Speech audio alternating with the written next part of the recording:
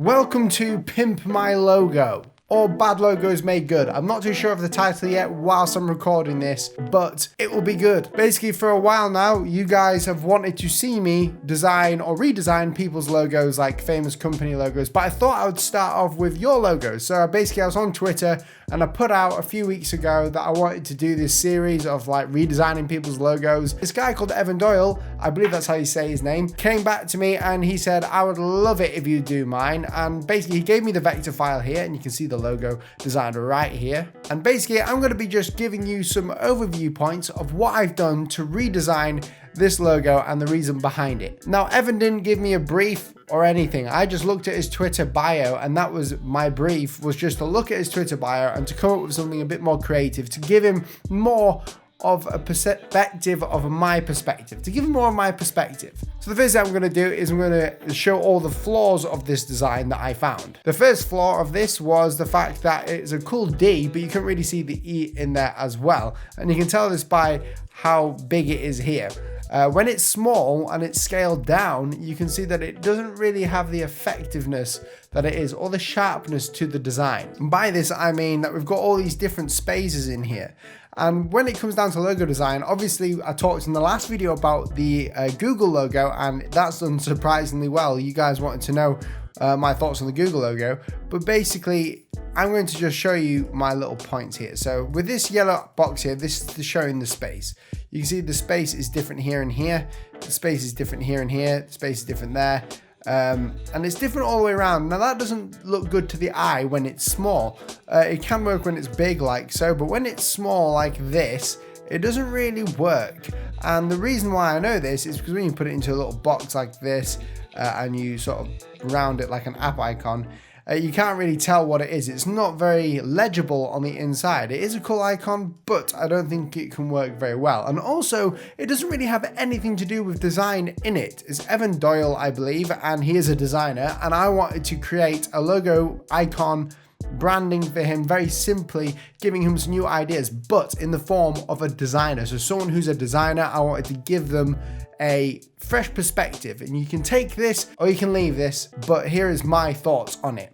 So I went down here and I made 3 lines, and the reason why I made 3 lines is because you can make this into an E, but the way that I made these was like in good proportion. So basically I went ahead and drew like a square and I made it into some guides here, and then I drew out that square again. And the way that I did this, if you guys are wanting to know, is I went to transform.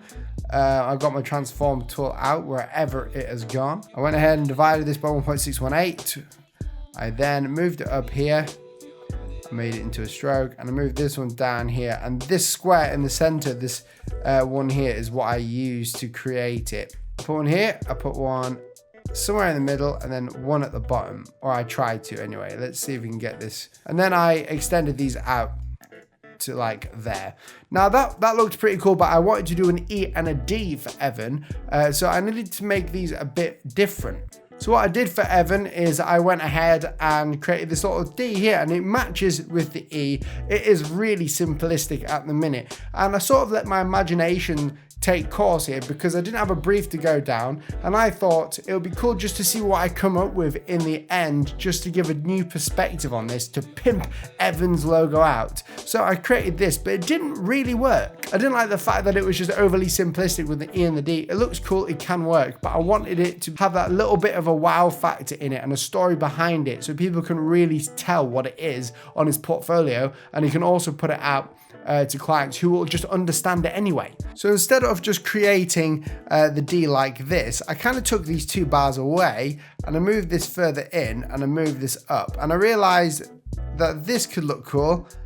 There's an E and a D, but it doesn't look that great. So what I did was I made a new circle, like a proper circle here, if I can actually get to the exact points. So I made a proper circle here and I overshot it a little bit, and then I go ahead and I created a semicircle, and I put this in like that in concordance with the width of this, like so.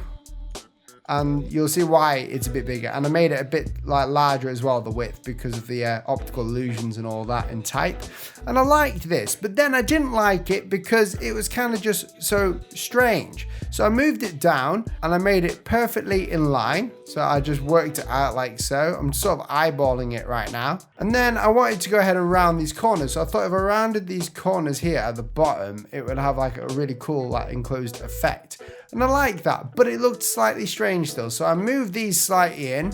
And the reason why I did that was just so it would have a little bit more of an effect. And what I've created here is an E and a D, but if I was to turn it, if I was just to copy this over and turn it here, kind of looks like a pencil eraser, especially when I steal these, bring them down, and then I expand these lines up. Kind of looks like a pencil with an eraser on top, or a giant squid, but I'm gonna go for the pencil with the eraser. Or in the UK, we call it rubbers, but in America, that means something completely different. And as you can see here, I played around with it a bit more, and I tried to see if I could do anything else with the D, but I didn't really like it. So I moved on to the next one over here. So I moved on with the design that I liked over here, and then I started to choose some colors, and I chose pink and yellow. Not too sure why I chose those colors. I just basically liked the contrast between them. I thought it worked very well. And obviously, as a designer, you want to show that you're creative. So I chose sort of like a purpley color to show you that as well. I used Futura just as a placeholder font, and I basically just extended the kerning and the tracking, and then I made the design a bit at the bottom, but Evan Doyle can be whatever he wants. He can have it down there.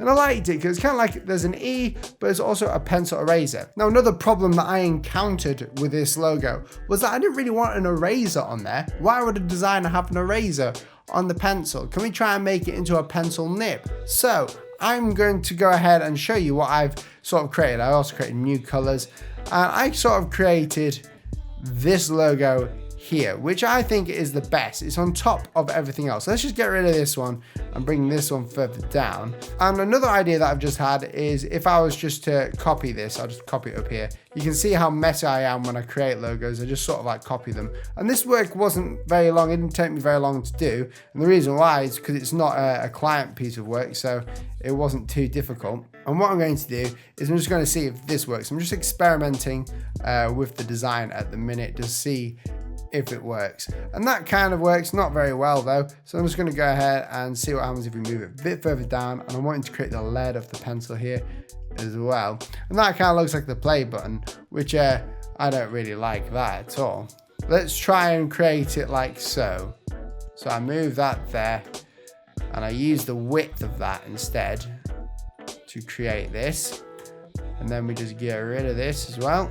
Kind of looks like a pencil, kind of doesn't. Let's see what happens when we move this like a bit further in. Doesn't look like a pencil anymore, to be honest. I'm not going to lie, that does not look like a pencil. So I'm basically stuck with this because I wanted to create like this sort of creative spark in it. Again, these shapes are really simplistic, but the idea of this video is just to give anyone who's watching that sort of creative spark to what they're doing. Evan, if you are watching this and you like this, you may have this if you like. It's just something quick that I've put down onto Illustrator, so you may understand a bit of the process behind what I've done. I'm trying to make not a bad logo look good. I'm trying to make something that had a lot of potential, such as this, look even better for you. And also, can I just say, this logo is going to look cool on an app icon as well. Here's the old one on an app icon.